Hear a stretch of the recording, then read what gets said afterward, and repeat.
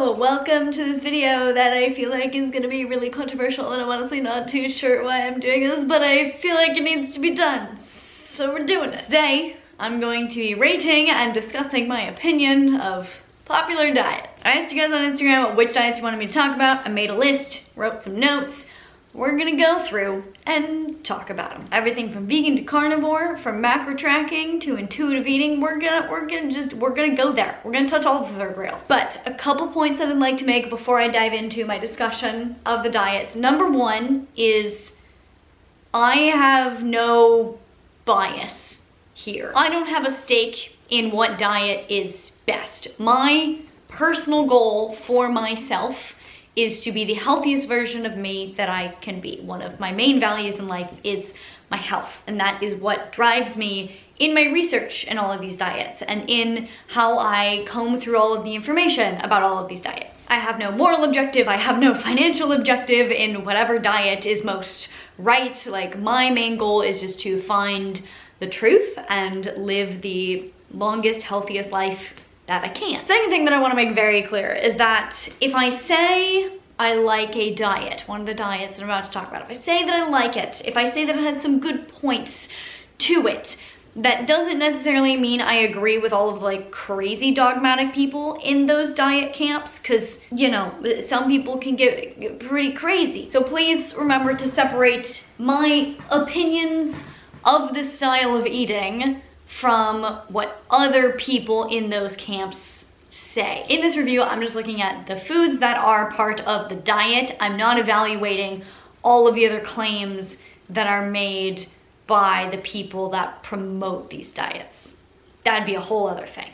We're not going there today. Last thing that I want to acknowledge is that all diets, no matter what they are, can fuel a negative relationship with food, especially if you already have a negative relationship with food. So I just didn't want to spend time for each diet talking about how, oh, since there's some amount of restriction, it can fuel a negative relationship with food. I'm just acknowledging that, and then you can just apply that to all of them and not worry about it. So for all these diets, I'm gonna break down what it is, the theory behind it, the positives of it, the negatives of it, how it kind of works in practice, and then the TLDR. Let's just start off with, you know, one of the most controversial diets on the planet. Why not? Let's do it. Carnivore. So what is the carnivore diet? It's only eating animal products, mostly meat, mostly specifically red meat, no plants whatsoever. The overarching theory behind it is that animals have claws and teeth and things to protect themselves. They have external defense mechanisms, but plants don't have those things. So they've developed internal defense mechanisms. And in theory, these internal defense mechanisms are often toxic or inflammatory or can cause some health issues for the human body. So,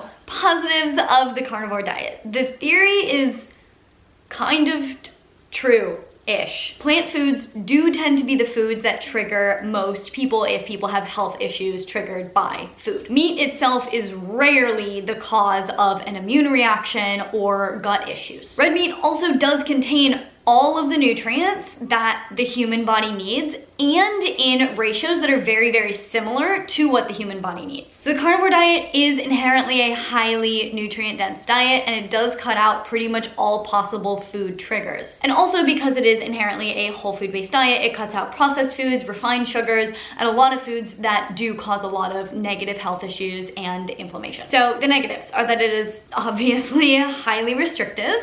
Also, a lot of female bodies might not be able to thrive on the carnivore diet just because it is zero carb, which can be a stressor. So it could definitely negatively affect hormone balance for a lot of women. That said, there are a lot of women who go on the carnivore diet and are able to heal their hormones because all of the other foods that they were eating were triggering a lot of other health issues that were just messing up their bodies as a whole. And so in cutting all those things out, they heal their bodies and heal their hormones. So it really is kind of a bio-individual thing.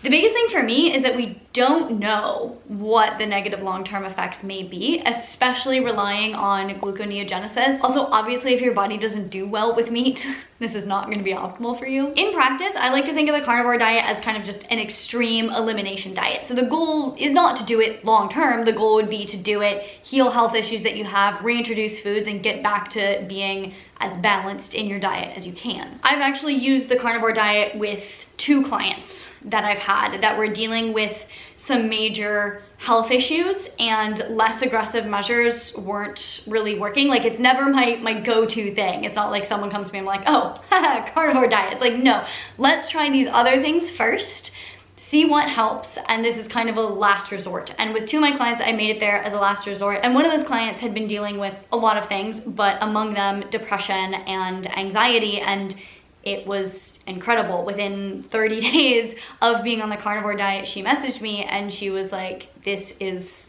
amazing. I don't feel like I want to die anymore. So the TLDR for the carnivore diet is that it can be very efficacious, very powerful in the right circumstances. Do I think everyone should be doing it? No. Do I think you could try it for a bit to see if you like it? Sure. I'm gonna give the carnivore diet an 8 out of 10, but only in like the right specific circumstances. It's not an 8 out of 10 like I think everyone should be doing it, it's great. It's like when used correctly and appropriately, 8 out of 10. If you do have more questions about the carnivore diet, my thoughts on it, I have a couple videos on it, kind of going into more of the science behind it and addressing some of the major concerns people have with it, so I'll leave a link to those down in the description box below. But let's take the next second to look at the flip side. Vegan diet. What is the vegan diet? Basically the opposite.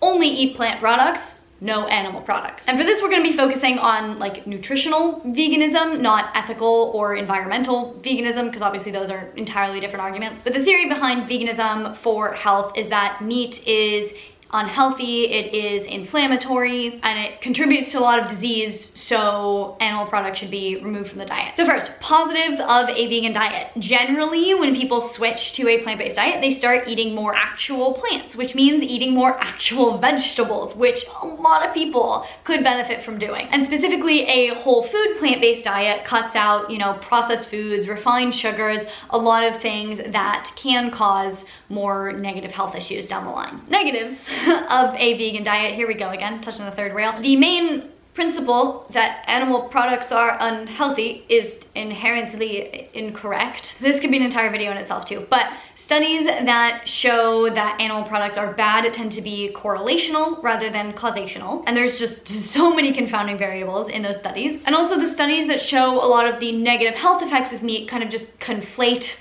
all meat as one, rather than looking at different levels of processing, different levels of quality. So like a study will consider eating pepperoni on pizza or eating a McDonald's cheeseburger the same as eating a grass-fed, pasture-raised, hormone and antibiotic-free piece of steak. There are no studies that separate that out and actually show us what the difference would be between eating a whole food-based diet that includes high-quality, grass-fed meat versus a whole food diet without the meat and eggs and dairy. So there's not a strong scientific basis for a vegan diet to stand on when it comes to being the healthiest diet. It's also restrictive, obviously less so than carnivore, but it is still cutting out an entire food group. It's harder to get protein, which is a foundational macronutrient for longevity. Also, when we consider bioindividuality, it can be difficult for certain people to get the micronutrients that they need from plants. It is just inherently harder for the body to extract certain micronutrients from plants. One very good example of this is the body's ability to convert ALA into DHA. So we need DHA for brain health, for reducing inflammation, for like a lot of different things. It's very critical. If you don't get enough, you're screwed. But DHA is only found in animal products, and it's highly absorbable and utilizable in that form. If you are not consuming animal products and only eating plants, certain plants contain ALA, which the body can convert into DHA. But certain people cannot make that conversion very well. So they're going to struggle to get enough DHA, and they might not be able to get enough DHA just eating plants alone. And there's a whole host of different biological mechanisms that are just genetically different between people and would make someone possibly thrive on a plant-based diet versus not be able to thrive on a plant-based diet. In my opinion, the biggest negative of a plant-based diet is the fact that there is no B12 in the diet, there's no creatine, and it's very low in iron and omega-3s. In my personal opinion, just based on my personal values of health and nutrition, so you don't have to agree with this, but in my personal opinion, if you have to supplement in order to eat a certain diet, then that diet can't be pointed to as optimal because it's inherently not optimal unless you're supplementing. So in practice, a lot of people experience a huge positive health benefit when they go vegan, a lot due to the fact that they are now eating a lot more vegetables, a lot more whole foods, just generally a lot less processed foods, like a healthier diet overall. So it's much more due to what is added into your diet when you go plant-based as opposed to what you're cutting out. But also cutting out all of the like highly processed meats also definitely makes a big difference because processed meats are pretty conclusively not optimal for health. A vegan diet would definitely be great for people that do not digest and process meat well. Like if you are not doing well with meat, not doing well with dairy, not doing well with eggs, like get rid of it. Eat plant-based, just supplement and pay attention to what you're doing. And due to the restrictiveness, it must be well planned in order to be healthy. Like if you want to be plant-based, please educate yourself on the different nutrients and the like kind of combos of foods that you have to pay attention to in order to make sure you're actually getting all the nutrients you need. Fortunately, a vegetarian diet avoids a lot of the pitfalls of a vegan diet. If you are incorporating eggs and high quality dairy into your diet, you are going to be a lot better set up nutritionally and micronutrient wise than if you have it all cut out entirely. So TLDR, not my favorite. I think it is a risky choice when it comes to optimizing your health, and if you want to make that choice, you have to be careful. Do I think everyone should be doing it? No. Do I think you should give it a try and see how it feels? Sure. I'm gonna rate it a 4 out of 10 if you're eating whole food plant-based, a 1 out of 10 if you're just eating like junk food plant-based. Next up, we have paleo. And with a paleo diet, you're eating meat, fish, eggs, fruits and vegetables, nuts and seeds, and fruit and nut oils. And you cut out grains, legumes, dairy, and any like processed and refined foods. And the theory behind it is that we are eating like our ancestors did because that is how we evolved eating. So the positives are that it is a whole food based diet and it eliminates a lot of foods that can potentially be inflammatory for a lot of people. So gluten and grains and dairy can be inflammatory for a lot of people, so getting rid of those could have a huge benefit. It also promotes nutrient density because it cuts out the more processed, less nutrient dense foods. It's not nearly as restrictive as some of the other diets. It allows for quite a bit of variety, and it doesn't eliminate any key nutrients or key food groups. The only real negatives that I see are that it can potentially be too restrictive for some people, but beyond that, bioindividuality aside, there's no real drawbacks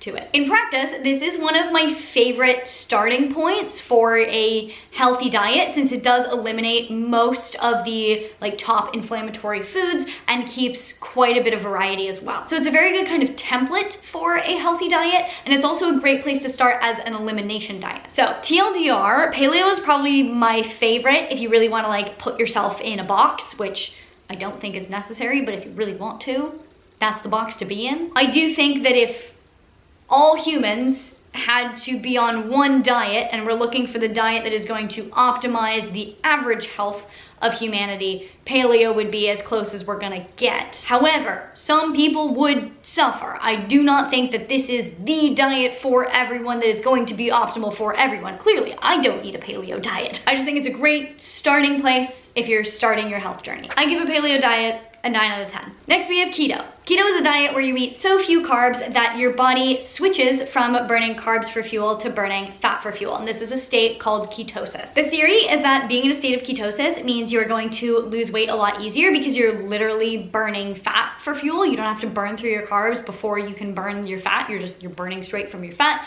and also being in a state of ketosis comes with a lot of health benefits. The positives of it are that if it's executed well, it does make for a very efficient, effective fat loss diet. But some of the other huge positives are keto is that it can help reduce insulin resistance and encourage metabolic flexibility, which is going to give a lot more sustained energy because your blood sugar is not going to be all over the place. It's going to be very, very stable. Ketones are also very good for the brain. They're shown to improve cognition. They may also protect and help reverse the symptoms of Alzheimer's. And some people just feel amazing on keto, mostly due to the blood sugar stabilizing effects and the cognitive boosting effects. Negatives are, again, it's obviously very restrictive. Dirty keto is not nutritionally dense and can be just as bad as the standard American diet. Just because you're in ketosis doesn't necessarily mean you're doing good for your body if you're only eating like super hyper processed fats. And then similar to the carnivore diet, if you are female, you may just want to be a little bit careful with the keto diet because it could result in disrupting your hormones because it is so low carb. But again, if you're going keto to resolve some deeper health issues, like if you have blood sugar issues and keto can help fix that, then it could help fix your hormones. So again, it really just depends. So TLDR, I am a fan of keto for its health benefits, particularly for its cognitive benefits. But aside from the brain benefits, it doesn't really offer a lot that just eating a lower-ish carb diet doesn't offer, especially when it comes to like blood sugar regulation. Like you don't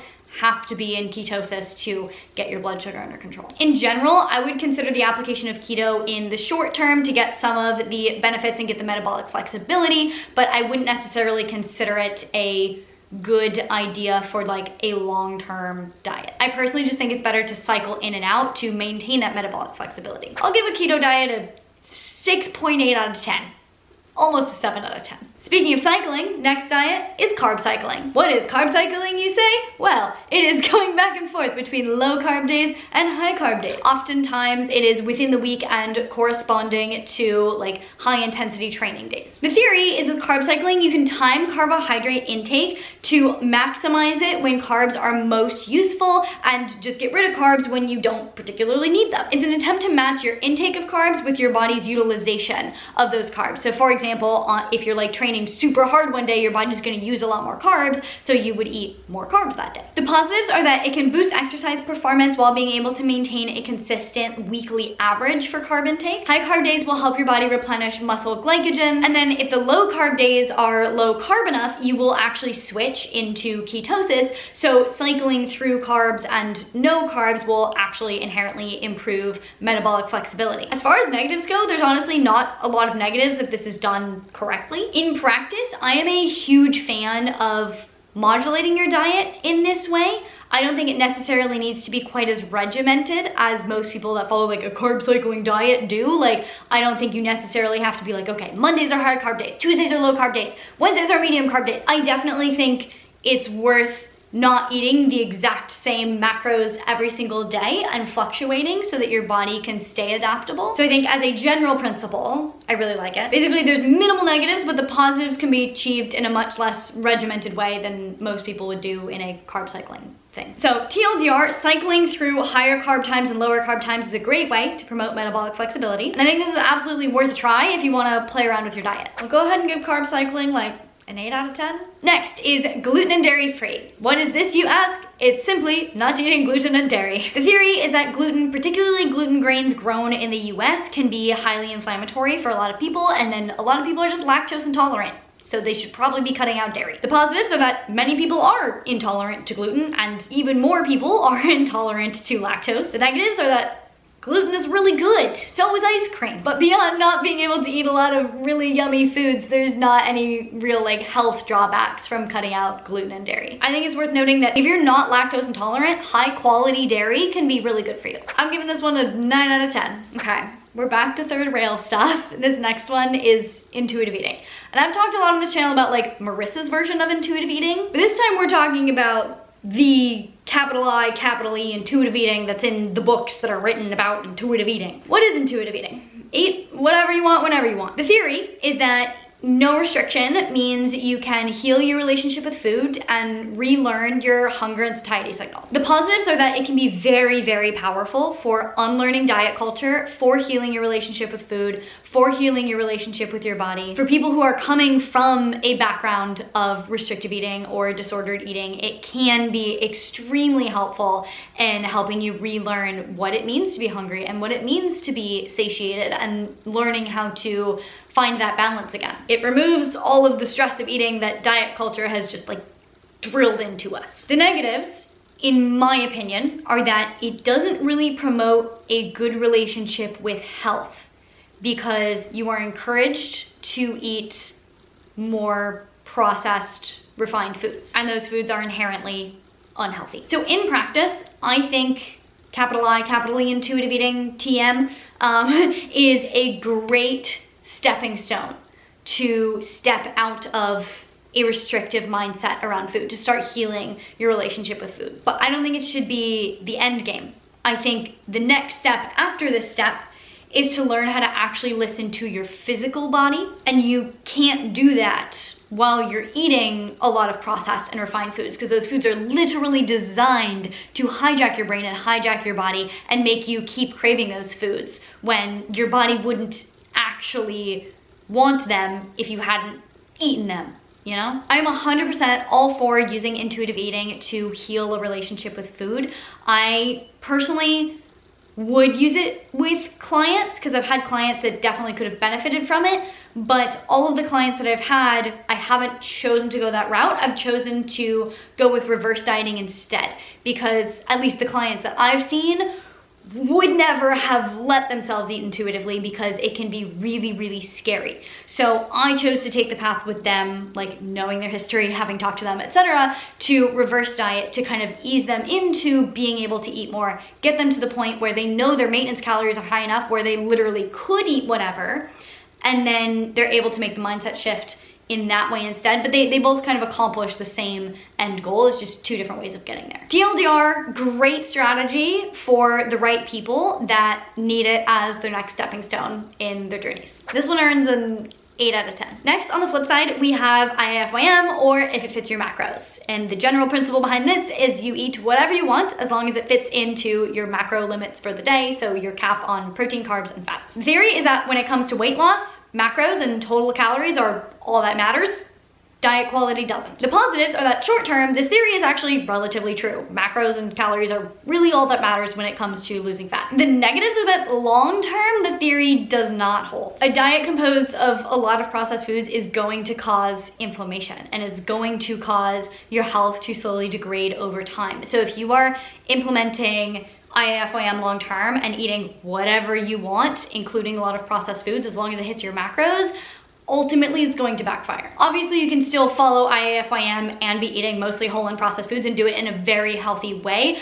I just bring this up because oftentimes this is what is promoted as part of the diet, is eating a lot more processed foods that most people would consider junk foods. TLDR, I do recommend this if your goal is weight loss and if you can track macros without it being an issue with your relationship with food. So for weight loss, this gets 10 out of 10. Great. For everything else, it's just 2 out of 10. It's kind of just useless. Next, we have intermittent fasting. Intermittent fasting is where you only eat within a certain window. One of the most popular forms is 16-8, where you eat within an 8-hour window and then fast for the remaining 16 hours of the day. The theory behind this is that regular periods of fasting are very healthy for our bodies because we were not designed to be eating like constantly throughout the day. And the positives are that the theory is basically true. There are a lot of proven health benefits to intermittent fasting. When you take a break from eating or when you fast, your body changes hormone levels in a way that makes stored fat more accessible for burning. It also initiates important cellular repair processes. It helps with insulin regulation. It promotes metabolic flexibility. It boosts human growth hormone, which can facilitate building muscle as well as burning fat. It helps remove waste material from cells. It can be anti-cancer. It can improve brain function. It has longevity boosting effects, including reducing inflammation and reducing oxidative stress. Like, I could go on and on about all of the various health benefits of intermittent fasting. The main negative is that, again, women should be careful with it. Not all female bodies will respond well to fasting because it can just be an additional stressor. And so if you do have a hormone imbalance, you might just want to be a little bit careful and maybe back off of the fasting. When I do get a client come to me with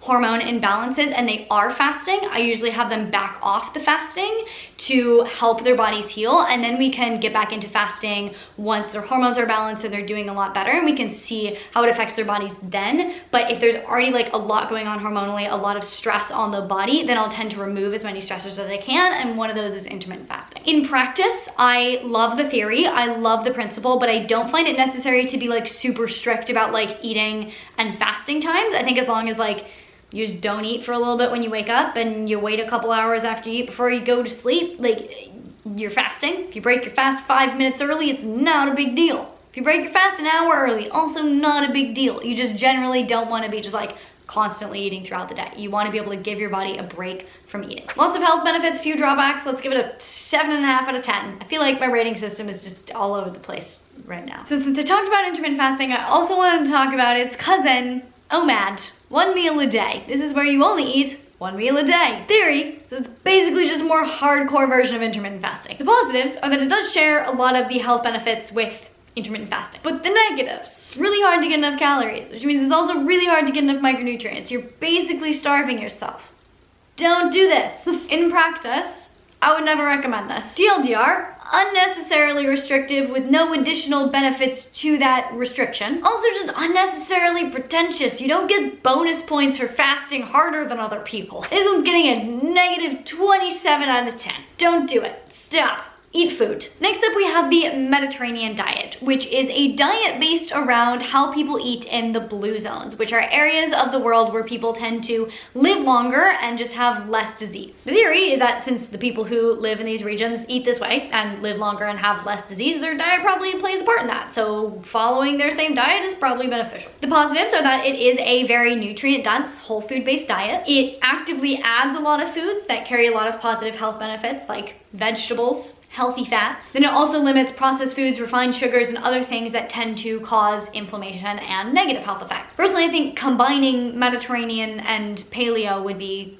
probably like up there in top options. Gonna go ahead and give this one a 9 out of 10. Last one is the Bioindividual Diet, which is not an actual diet, it's just what I tell people to do. So we're gonna talk about it. And what this means is basically finding what is best for your body. So not trying to stick yourself into a diet box and make yourself fit in there and make it work for you. No, build your own box based on you. The theory is that we're all bio-individual. We have different genetics, different environment, different experiences and histories, etc. And so you should find what works best for you given all of those factors. The positives are that this allows you to completely curate and optimize your diet to fit your lifestyle, your environment, your biology, and your genetics. And ultimately it makes the best diet for you and your body. The negatives are just that it takes time to experiment, and it definitely takes a certain level of body intuition to really be able to truly listen to your body and understand what it's saying so that you can ultimately figure out what works best. In practice, I think this is the best approach for long-term health, but it may not be as conducive to more short-term goals. Like if you're trying to lose weight, like maybe you should count macros, or maybe you should do a certain thing and then eventually go on to find your bio-individual diet. TLDR, I think this is the end goal, and you may take some detours along the way and try other things and have other goals and stuff, but once you reach a lot of your fitness goals and you're kind of at a point where you're just chilling and living your fit and healthy lifestyle, eating in a way that is optimal for you and your body specifically, not for anyone else, is going to be the healthiest thing that you can do. And the Bioindividual Diet gets a 10 out of 10 because it's what I recommend to everyone. And that's it. Those are my thoughts on all of the popular diets.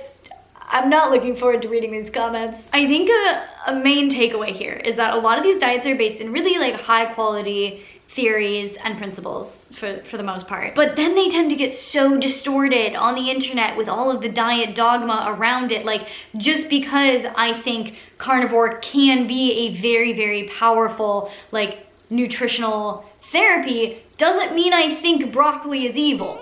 You know? But because of all the diet dogma out there, it's often assumed that if someone says, yes, I see value in carnivore, then it means that they hate all vegetables. And I just wish we could find more balance, and I wish we could stop making absolute statements about foods and diets. Like if that's one thing that I wish could just stay behind in 2022 is the fitness industry and nutrition as a whole making absolute statements about foods. Value can be found in almost all foods, in almost all diets. It just depends on the person. It depends on the circumstances. It depends on their history, their background. It depends on their goals. It depends on their genetics. It depends on their environment. Like it depends on so many things that the idea that you can just make an absolute claim about something is absurd. So anywho, hope you guys enjoyed Marissa's review of all the big diets. I think it's worth noting that I don't follow any of them. I've tried almost all of them, but I don't follow any of them. Not even following my Bioindividual Diet right now because life is just too hectic, and so I'm kind of just eating whatever I can, whenever I can, and making do